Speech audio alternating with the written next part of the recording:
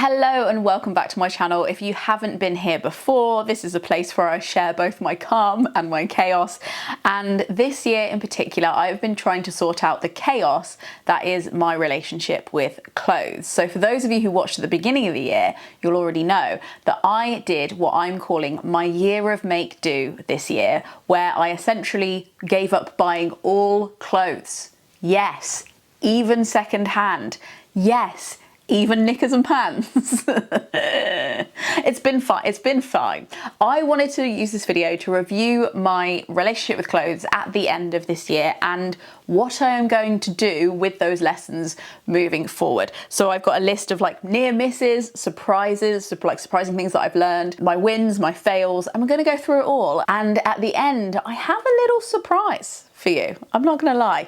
Now let's just do a little overview first of how I feel about the year of make do. Now I need you to know that I love planning things. I love brainstorming like a million different ideas and like making big Trello boards of all the things that I could do. And my year of make do was a project like that. I definitely went into it seeing it as a project. Something I forgot to tell you about the year of make do if you don't know. I've just forgotten.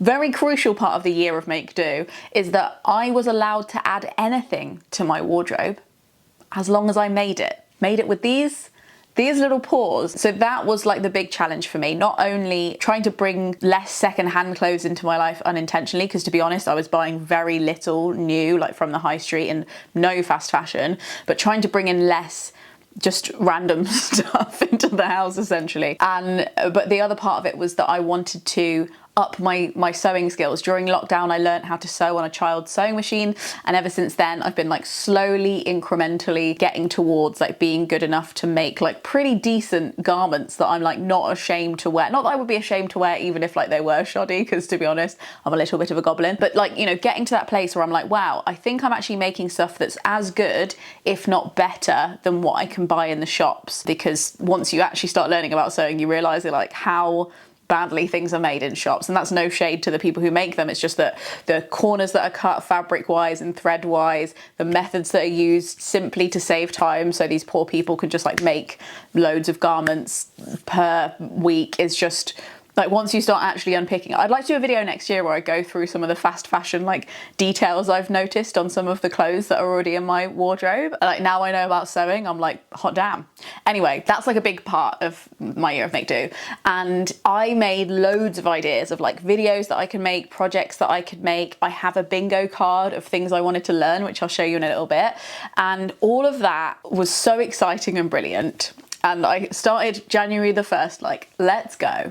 But another thing you need to know about me is that one of my long-term like dreams and goals is to write books. And I've already published a poetry collection, but I never published like a proper book with a big publisher or anything. And in the first week of January, was it the second week? I learned that that was, in fact, a possibility. And it proceeded to, in this wonderful whirlwind way, take over my whole year, because it was an opportunity that I wasn't expecting to happen, and when it did, it meant that I had to swallow my ego and my ambitions when it came to other parts of my life. And I was just like, this doesn't come around all the time, and it's a kind of now or never thing. Everything else kind of needs to go out the window for a little bit. So now the happy end of the story is that I have birthed a book. It's either coming out or has just come out as you're watching this video, and it's called Half-Ass Human. There is a chapter on style called Half-Ass Style that definitely includes like what I've learned about sewing as well. And something that I've just thought about this morning, which feels incredibly satisfying, is that the book has been embroidered, not by me, by an expert, but it's been embroidered for the cover. It looks, look at these, oh my God, it's so beautiful. And that's not something that I asked for, although I was like consulted before they went through with it. It's not something that I thought of or occurred to me, but I think it's kind of beautiful that the thing that I did end up making this year that's completely complete and I'm proud of is stitched, is like still like part of that making aesthetic at least. And it feels like part of my spiritual wardrobe. So I made that. If you want to read it, it's available. I'll leave the links below. It's also available in audio with my voice, which is really cool. But that has been the thing that has taken over. And my overall feelings about the year of make do is that I didn't give it the go that I hoped I could, because that was taking up not only a lot of my professional time, but almost all of my personal time as well, like weekends, evenings. everything for a little while, and it just meant that I didn't make everything I wanted to. And in the last couple of months I have had a little flurry of making, which I want to show you, but for the first like 8 months of the year I maybe made like 2 things, and they were like, no, maybe more than that, but like things that I could knit, because I would just like, if I was actually trying to relax, then I could like knit while watching a film. Whereas sewing, if you know about sewing, it's like a little bit more involved, and there's a lot of like standing and ironing, and it's really lovely creative work, but it does very much like feel more like something that you have to get out loads of tools for and set up, and like it's not something you can just sit in front of the TV and do in a static way, in the same way, while you know, eating curly whirlies. So I did a lot of knitting in like a lot of the year. I knitted so many hats because I did a pre-order competition, and that was lovely. But overall, like, I feel really good about the year of Make Do, despite the fact that I didn't make many items, because I didn't bring anything new into my wardrobe. Like, hands up, that was like a main part of the challenge. There was no upwards or downwards limit on how many items I could make for my wardrobe, but like the main goal was like, don't add anything new that you didn't make. And I didn't do that. There's nothing in there, I swear. So that felt really good that I was able to follow through on that, because I'm not a big, you know, I've literally written a book on half-assing, like I'm not big on follow through. So I was proud of that. I have a lot of like, I have a list actually of near misses, like moments when I almost broke, or it almost broke me. And I've actually decided that I'm going to save all of those for another video that will come early in next year, because I think they've all got like little lessons attached to them that are really different, and I think it deserves its own little deep dive. However, the most memorable of the near misses was really funny. I was wearing a denim Lucy and Yak jumpsuit on a trip to London. I don't live in London, I used to, but I go into London. But what you need to know is like, it's a long way home. Like, I can't just pop home. It's very much like a national rail, couple of hours situation. So anyway, I was in London and I was supposed to be going to like a fancy party in the evening for the Women's Prize, which is, as you know, one of my deep obsessions, and there's always lots of fancy, impressive people there. And I was going to this party and I thought I looked really cool, and I had like red lipstick on, and I was like, yeah, this is my outfit. And I also like always overpack for like, I always bring like, I'm always worried that I'm gonna get stranded on a train, because I often am. So I bring a lot of activities in my bag, and it's often very full. So I never bring like extra clothes or anything, especially if I'm not staying over. I was walking along the street. Thankfully I was vlogging that day, so you get to actually watch a vlog all about what happened as it unfolds. Walking down the street, and I wanted to get something from my bag. So I put my bag on the pavement and I bend down, and I hear the most almighty, cartoonish, like almost like a cackle that was laughing at me, kind of rip, like a real Looney Tunes. And the jumpsuit ripped from here to here, like all the way past my arse, like all the way down. And the worst part was, and you can't miss it, I was wearing the most disgusting pair of skin-coloured, manky, old pants. And I just had this moment where I was like, right, this is the excuse that I've been waiting for. Like, this is obviously a situation in which I could go and buy some clothes from a charity shop, because I'm literally showing my arse to the world, and I have to go to this thing, and like, surely this is a moment where I can give myself like a free pass. And I would have, and I wouldn't have felt like too bad about it. Like, I don't think I would have been, you know, if that had happened, like, fine. Also, Ariel, one of my best friends, rang me while I was like standing in the middle of the street with my arse out to tell me that she was engaged. So it was like a whole thing. Like, I was like, how has everything just happened in the next 20 minutes and I can't handle it? Anyway, I tied my jumper around my waist and I took myself off to a pharmacy. Now, I'm in a freaking capital city. I think there's gonna be loads of pharmacies around. There was 3 pharmacies, none of them had sewing kits. I don't know what was going on. Like, what is this world coming to? I eventually found one that sold a sewing kit, and I went to the most dingy pub ever, and I went into their basement toilet that was really hot and sweaty and like had barely any light, like one of those really dim lights. And I had to take, because it's a jumpsuit as well, it's not like it's trousers, I had to just sit naked, essentially, just with my pants and my bra on this toilet. Don't worry, I took pictures. On this toilet, sewing my jumpsuit shut. And denim's also really hard to sew. So it was just like this big, it must have taken me like 45 minutes or something to sew up this jumpsuit. But I just felt in that moment, I was like, I'm gonna frickin' try. I'm on a roll. And also I do want to wear this jumpsuit to to this party, so I'm gonna make it work. And I did, and I'm really proud of that. And there's lots of examples of like near misses like that where I was like, oh, ah. So yeah, it's been really fun, but I'd say that was like the nearest miss where I was like, I really don't think anybody would blame me at this point for going in and buying like a very simple item from a charity shop. But there you go, make do and mend. I made it work. I'm also not a very skilled like mender, so I don't know how long that mend is going to last. In fact, I actually, hands up, haven't worn that jumpsuit since, because it did make me think like, I think it might have been a bit small for me, and that's why it ripped. So I will return to the jumpsuit at some point, but anyway, it lives to see another day. Surprises. The big surprise for me was that how actually relaxing it was, because I still got to scroll, and like, I think that there's a part of like clothes googling and scrolling that's kind of creative for me. Like I look at Pinterest and I love seeing like all the different ways a sleeve could be, and I realized that I was probably doing that for years, but just on websites where you can buy stuff. So I was doing it on like ASOS, because that's like it's just an endless soup of items. And I don't know, like other websites like that I'd always be on, because I thought it was because I had like a shopping addiction, even though I didn't really buy that much. But it was more just like, I think I just wanted to see like all the colours and prints and patterns, because I got exactly the same kind of buzz and creative like fizz from browsing pattern websites, particularly the Fold Line. The Fold Line, you have saved me this year. It's a brilliant website that showcases loads of like indie patterns, and just I find it really relaxing and creatively fulfilling to go through all of the patterns and look at all the different ways that people could make them. And the great thing about sewing is that you're not limited to all the pictures that are on the website. You can then go on Instagram and search the hashtag for that specific pattern and see all the different ways everybody has made and modified that pattern in all the different fabrics and all the different body sizes. And that just, it's literally what I do before bed. It just makes me feel it's like the right amount of curiosity and like passive entertainment. Do I sound sad? Probably.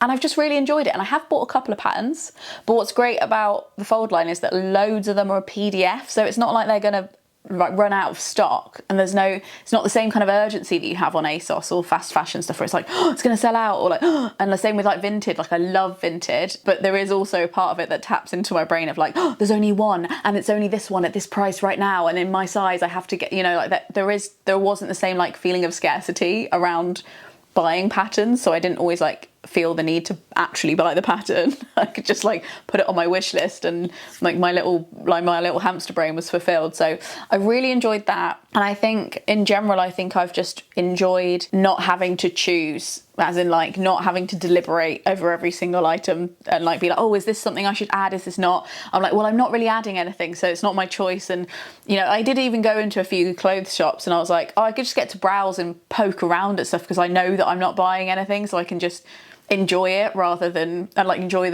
I don't know if everybody enjoys shopping the way I enjoy shopping, but for me it's the same feeling of going around an art gallery where there's like loads of textures and colours and prints, and I don't know if I'm just trying to defend it, but I do think there's something very human about why we like to shop, and I think we're exploiting it in the wrong ways and making it in the wrong ways. But like going into public spaces to touch different textures and like look at different colours and things that people have created, I don't think that's bad. I just think that the infrastructure that we've built around it is bad. The other surprise was that I actually got rid of a lot of clothes this year. Not enough according to my wardrobe.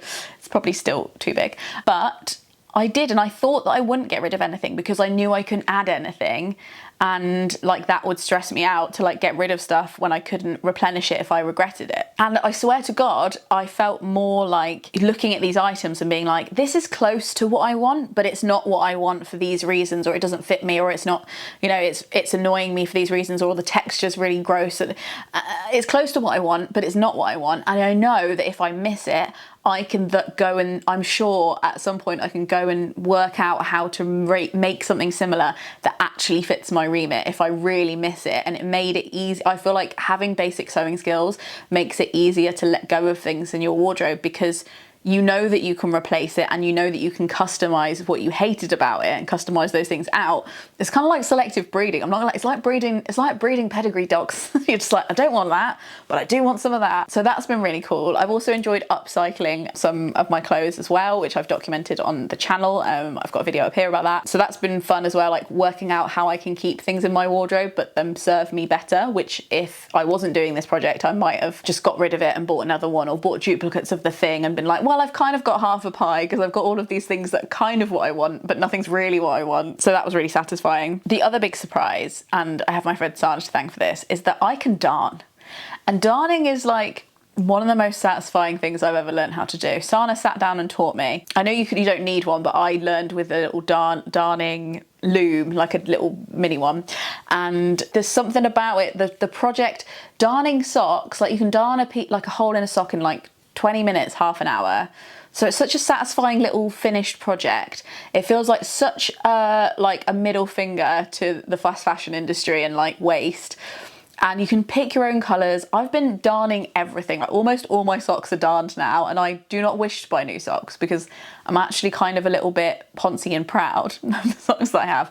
And I've been darning clothes as well, so that's been really fun. Regrets and fails versus wins and lessons. Of course, the main win is that I didn't like add anything to my wardrobe that was new and new to me.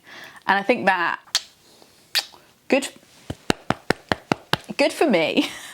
However, I didn't make what I wanted, which feels like a fail. Like there's lots of things that I didn't get around to doing, and because I didn't have time to sew and like make stuff, when I was really tired from writing the book really late in the evenings, or like, you know, when I knew that I wouldn't have time to actually make stuff, I consoled myself with buying fabric, which I agree is like against, not a huge amount of fabric, but like more fabric than I've had time to sew this year. I've definitely got more fabric than I will be fine for next year fabric wise. And I know what projects I'd make with them, and I planned that all out. But I have that is definitely a trap I fell into, was like, oh, but I'll be able to buy the fabric so that when I do have time, it's the old thing of like, you shop but you can't buy time. So you shop for the things, the accessories that you will use in this fictional free time that you have, and that kind of makes you feel like the free time is coming, but then sometimes you're just stuck with the stuff and you never get the free time. Now I know that I will have the free time to use this fabric. I'm looking at it because it's looking back at me over there. I'll use you, don't you worry, and I have plans. But that was something that I was like, the plan was to like buy fabric as I went, like buy some fabric, make the thing, then think of the next thing you want to make, buy the appropriate fabric. But because I wasn't having time to make stuff, I feel like I still got the same amount of fabric. And a lot of it I rescued off Vinted as well. I do think I have like a saviour complex when it comes to secondhand fabric and forgotten duvet covers that people I fear will put in landfill if I don't rescue off Vinted. And sometimes I have to, you know, I do think it's good to rescue fabric that you're definitely going to use, but I also think that sometimes I have to say, not my circus, not my monkeys. I can't keep everything out of landfill and just like fill my house with it, because that's really not the most efficient way of solving the climate crisis. Not my circus. So I'd say that's not a fail, but it's something to be like aware of, and I know why it happened. It's because I was really busy this year when I hadn't planned to be. But yeah, that's one thing. Let me go through my bingo card. I had this little bingo card that I filled in my little wishes of things that I might learn this year, and the idea of it being a bingo card rather than a to-do list is that like I just want to, you know, make a line. I want to make bingo. I don't have to like fill out all of them. Unfortunately, I have done 5 out of the 9 things, but none of them make bingo, which was my bad planning, and I totally could have made bingo, but for some reason I didn't. However, I do have a few more weeks left of December. I am filming this early, so maybe I could make bingo if I sew with jersey. That's one of the ones. The ones that I did do was, I did do buttonholes, although I didn't do it on a garment. I just sat there for like an hour and looked at internet tutorials and just taught myself how to do buttonholes, but I can do them, and that's what matters.